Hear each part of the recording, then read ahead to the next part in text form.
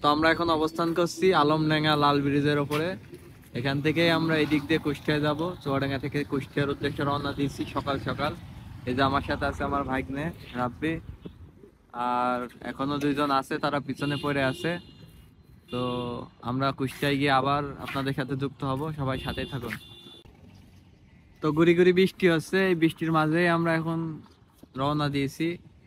বৃষ্টির ওয়েদারটাও সুন্দর, আজকের আবহাওয়াটাও ভালো, রোদ নেই ভোরবেলা।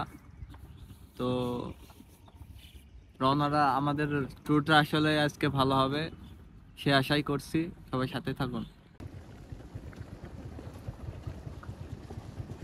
আমাদের চুয়াডাঙ্গা ছোট হলেও আমাদের চুয়াডাঙ্গাতে মনে হয় এরকম ভাঙা কোনো রাস্তা নেই। কুষ্টিয়ার যে রাস্তা আপনারা একবার দেখেন কি অবস্থা, এরকম ভাঙা রাস্তা আমাদের চুয়াডাঙ্গায় আমি কখনোই দেখিনি।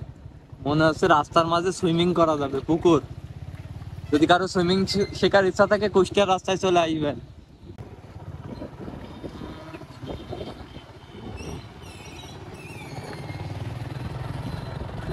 একদিকে চলে গেল কুষ্টিয়া চৌরাস মোড়, আর আমরা এদিকে চলে আসলাম লালন শাহ রোড, মানে ভেড়ামারার রোড। আমরা এখান থেকে সোজা চলে যাব কুষ্টিয়া ভেড়ামারা লালন শাহ সেতু।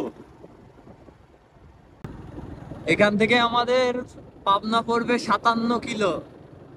আমরা অলরেডি চুয়াডাঙ্গা থেকে 44 কিলো রাস্তা পার হয়ে চলে এসেছি। এখনো আমাদেরকে 57 কিলো যাওয়া লাগবে, এর বেশিও যেতে পারি আমরা।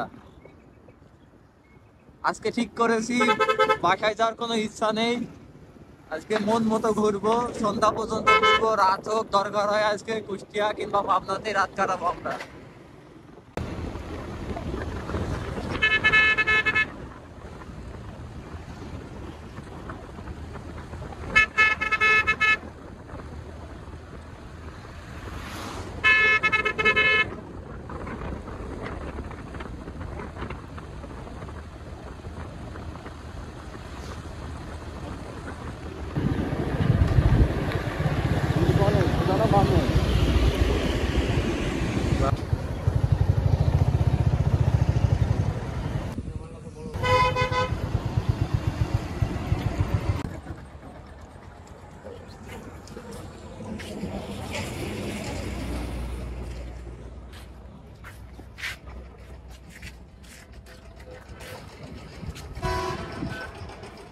এক সাইডে আছে আমাদের ফকির লালন শাহ, আর এইদিকে আছে মীর মোশাররফ হোসেন চৌধুরী, আর আরেক দিকে আছে আমাদের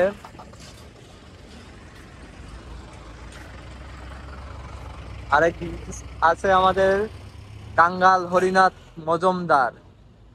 আমি লালন শাহ কথা শুনেছি, কিন্তু এই যে কাঙ্গাল হরিনাথ মজুমদারের কথা শুনিনি।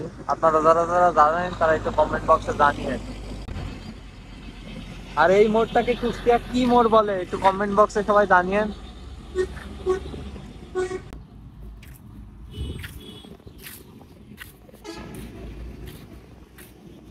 আমরা এই যে এখান থেকে লালন শাহ ব্রিজের দিকে রওনা দিচ্ছি।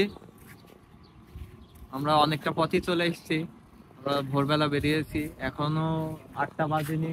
আর আজকে মেঘলা আবহাওয়া, সেজন্য ওয়েদারটাও ভালো লাগছে, গুড়ি গুড়ি বৃষ্টি হচ্ছে। তো আজকে আমরা সবকিছুই দেখানোর চেষ্টা করবো আপনাদেরকে। কুষ্টিয়া ঘুরবো, পাবনা ঘুরে দেখাবো, এদিকে নাটোর ঘুরে দেখাবো। তো সবাই ভিডিওটি শেষ পর্যন্ত দেখবেন। তো আমরা আবার রওনা দেব, সবাই সাথে থাকুন। তো এর আগে আমরা কুষ্টিয়ার ভাঙা রাস্তাগুলো আপনাদেরকে দেখালাম, এখন আমরা কুষ্টিয়ার ভালো রাস্তাগুলো দেখাবো। কুষ্টিয়ায় শুধু ভাঙা রাস্তা নেই, ভাঙা রাস্তার সাথে সাথে ভালো রাস্তাও আছে। এই যে তার নমুনা, তো অনেক সুন্দর, অনেক সুন্দর পরিবেশ। আর এদিকে বৃষ্টিও হয়েছে, আমাদের চুয়াডাঙ্গাতে কোনো বৃষ্টি হয়নি, কুষ্টিয়া এদিকে বৃষ্টি হচ্ছে। আর আমরা এই বৃষ্টির মধ্যে এগিয়ে চলেছি পাবনার দিকে।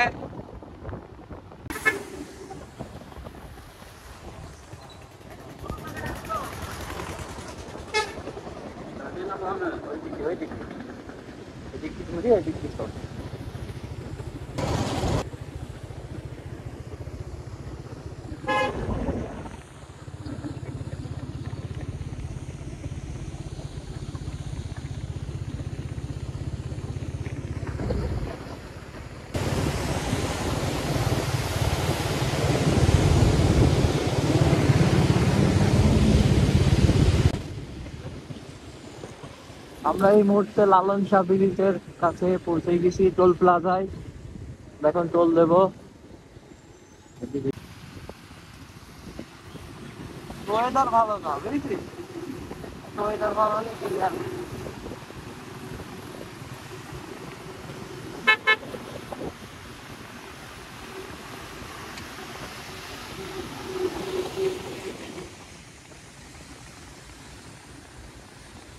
কিছু বোঝা যাচ্ছে?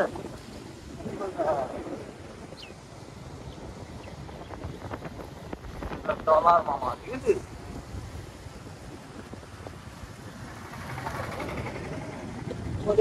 মাথা কেন এরকম?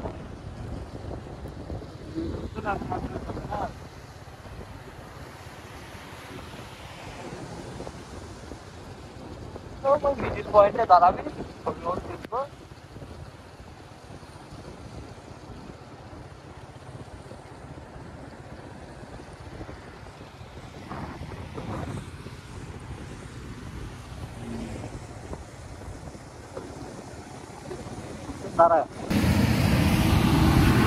তো অবশেষে আমরা এই যে লালন শাহ ব্রিজের ওপরে চলে এসেছি। ভোর 6টার সময় রওনা দিয়ে আমরা এই মাত্র লালন শাহ ব্রিজের ওপরে পৌঁছালাম। আজকে সারাদিনই বৃষ্টি রোদের কোনো দেখা নেই, সেইভাবে বোঝাও যাচ্ছে না, সবকিছুই চারিদিকে সাদা। আমরা এখন এখান থেকে এই লালন শাহ ব্রিজের নিচে একটি পার্ক আছে, ওই পার্কে যাওয়ার উদ্দেশ্যে এসেছি। তারপরে আমরা পাবনার উদ্দেশ্যে রওনা দেব, তারপরে আমরা নাটোর যাব। তো লালন শাহ ব্রিজের ভিউ উপভোগ করুন, দেখুন কত সুন্দর জায়গা।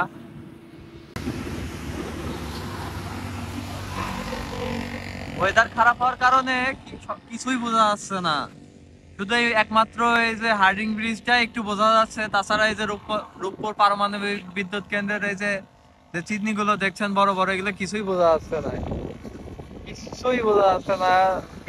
ওয়েদার এতটাই খারাপ আজকে। তো আমি এর আগেও 4বার এসেছি বাইক নিয়ে, এই নিয়ে 5বার আসা হলো। তো তখন এর আগে এসে দেখেছি নদীতে এত পরিমাণ পানি ছিল না, এখন যে পরিমাণ পানি, ট্রলার আপনারা দেখতেই পাচ্ছেন। আগে বালুর চর দেখা যেত, আর এখন কোথাও বালুর চরে তো দেখাই নেই, শুধু পানি আর পানি। আর ট্রলার গুলো পানির মাঝখান দিয়ে যাচ্ছে না, একদম এক পাই দিয়ে যাচ্ছে। নদীতে যে স্রোতের পরিমাণ, মানে দেখলেই ভয় লাগছে। এর আগের ভিডিওতে আমি বড় বাজার ব্রিজ থেকে লাফ মারার একটা ভিডিও আপলোড দিয়েছিলাম। তো আমি এখন ভাবছি এই ব্রিজ থেকে যদি লাফ মারি তাহলে আমার কি হবে।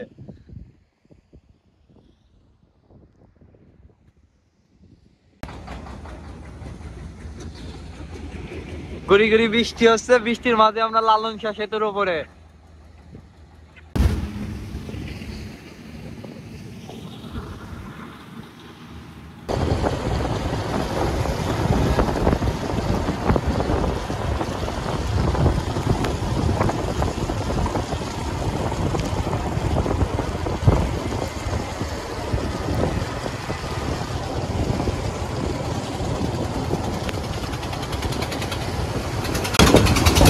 এই লালন শাহ সেতু কুষ্টিয়া আর পাবনা জেলার সংযোগস্থল।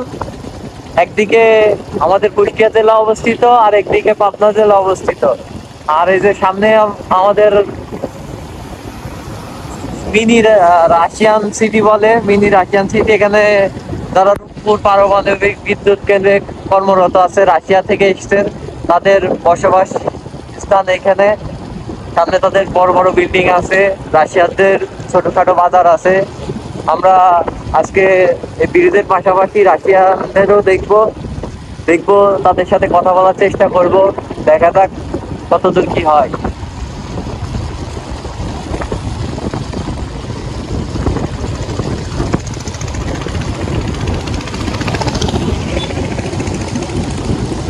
ছবিটাই এই জায়গায় তুলবে, বুঝছি এই জায়গায়